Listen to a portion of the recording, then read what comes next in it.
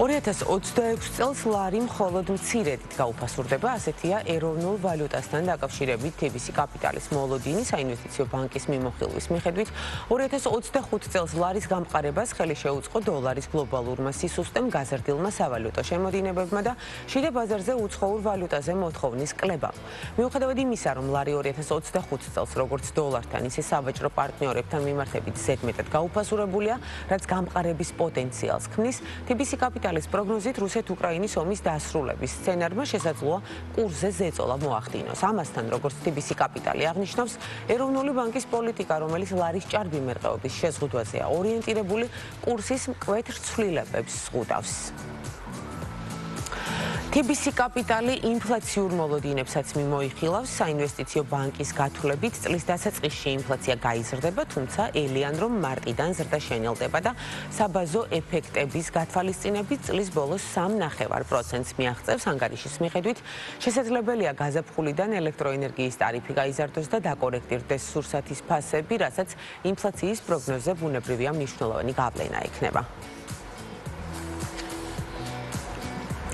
თბილისში უძრავი ქონება კიდევ გაძვირდა, საქსტატის ინფორმაციით 2025 წლის მეოთხე კვარტალში წინა კვარტალთან შედარებით საცხოვრებელი უძრავი ქონების ფასების ინდექსი წლიურად 3%-ზე მეტად არის გაზრდილი. აღსანიშნავია, რომ ფასები მომატებულია როგორც საცხოვრებელი ბინების, ისე კერძო სახლების სეგმენტში. კერძო საანგარიშო პერიოდში დედაქალაქში ბინები წლიურ ჭრილში 3.9%-ით, კერძო სახლები კი 2.9%-ით გაძვირდა. თბილისში როგორც კერძო სახლები, ისე ბინები ყველაზე ძვირი მთაწმინდაზე ღირს. საქართველოს ეროვნულმა ბანკმა ვალუტის გადამცვლელი 6 სუბიექტი ჯამში 17,000 ლარით დააჯარიმა. მიზეზი ოპერაციების შესახებ ინფორმაციის აღრიცხვის, შენახვისა და ფინანსური მონიტორინგის სამსახურისთვის წარდგენის წესების დარღვევა.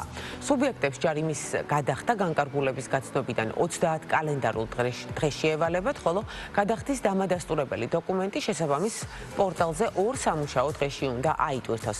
გადაწყვეტილების გასაჩივრება შესაძლებელია თბილისის საქალაქო სასამართლოში ერთ თვიან ვადაში. სასწავლო პროგრამა ფინტეკ ინდუსტრიისთვის პროფესიული განვითარების პროგრამა ეროვნული ბანკის ინიციატივით საერთაშორისო საფინანსო კორპორაციისა და ინთ გრუპის დაარსებულ საერთაშორისო ფინტეკ სასწავლო პლატფორმასთან პარტნიორობით ექსკლუზიურად მუშავდება. პროგრამა შესაძლებლობას მისცემს ფინტეკ ეკოსისტემით დაინტერესებულ პირებს, დარგის პროფესიონალებს, საფინანსო სექტორის წარმომადგენლებს და პრაქტიკოსებს კარიერული განვითარების გზაზე მიიღონ ინფორმაცია ხელოვნური ინტელექტის მნიშვნელობის შესახებ ინდუსტრიულ ინოვაციებისთვის. პროგრამა შერეული სწავლების მოდელზე დაფუძნებული და მასში მონაწილეობის მიღება თავისუფალია. პროგრამა ინტერაქციულ ონლაინ სესიასთან ერთად აერთიანებს მოქნილი სწავლების და თვითშეფასების მოდულებს, რაც მონაწილეებს შესაძლებლობას მისცემს მიიღონ ინფორმაცია ექსპერტებისგან, მათ შორის ეროვნული ბანკის წარმომადგენლებისა და საერთაშორისო საზოგადოების ლიდერებისგან. სოფლიოს უმდიდრესმა ადამიანმა ილონ მასკმა ხელოვნური ინტელექტის კიდევ უფრო მეტად დაჭკვიანება ივარაუდა. ტესლასა და SpaceX-ის დამფუძნებელი ამბობს, რომ 2026 წლის ბოლომდე ის ცალკეულ ნებისმიერ ადამიანზე ჭკვიანი გახდება. 2030-31 წლებში კი იმ მასშტაბსაც მიაღწევს, რომ AI მთლიან კაცობრიობაზე გონიერი იქნება. მასკი ამავდროულად იმედოვნებს, რომ მალე AI-სა და რობოტების ინტეგრირება მსოფლიო ეკონომიკას არნახული მასშტაბით გაზრდის და რადიკალურად გარდაქმნის. რაც შეეხება ჰუმანოიდი რობოტების რიგით მომხმარებლებზე გაყიდვას, ის მომავალი წლიდან იქნება შესაძლებელი.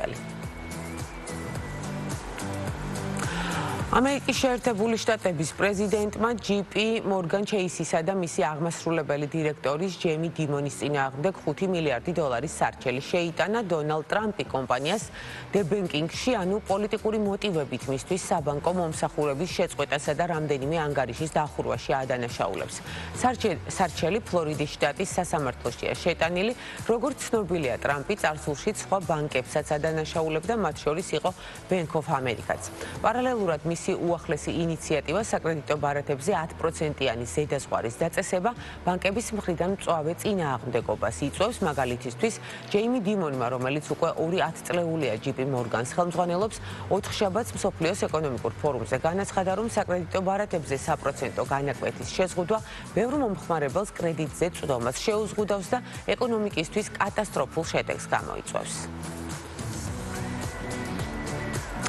ამერიკული აკრძალვის თავიდან ასაცილებლად TikTok-მა ამერიკის შეერთებულ შტატებში ახალი ერთობლივი კომპანიის შექმნის შესახებ შეთანხმება გააფორმა. უფრო კონკრეტულად, TikTok-ის მფლობელი ჩინური კომპანია ByteDance-ის განცხადებით დასრულებულია შეთანხმება ახალი ერთობლივი საწარმოს შექმნაზე, რომლის საკონტროლო პაკეტი ამერიკულ მხარეს ექნება.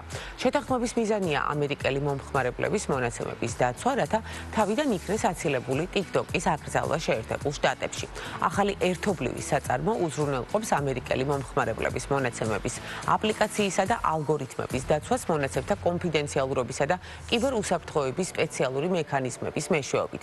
კომპანიას დეტალური ინფორმაცია აქტივების გასხვისების პირობებზე არ გაუმჟღავნებია, თუმცა შეთანხმებას სოციალურ ქსელში დონალდ ტრამპიც გამოეხმაურა. მისი თქმით, TikTok-ი ახლა ეკუთვნის ამერიკელ პარტნიორებსა და ინვესტორებს, მსოფლიოში ერთ-ერთი ყველაზე მსხვილი ჯგუფია ისინი.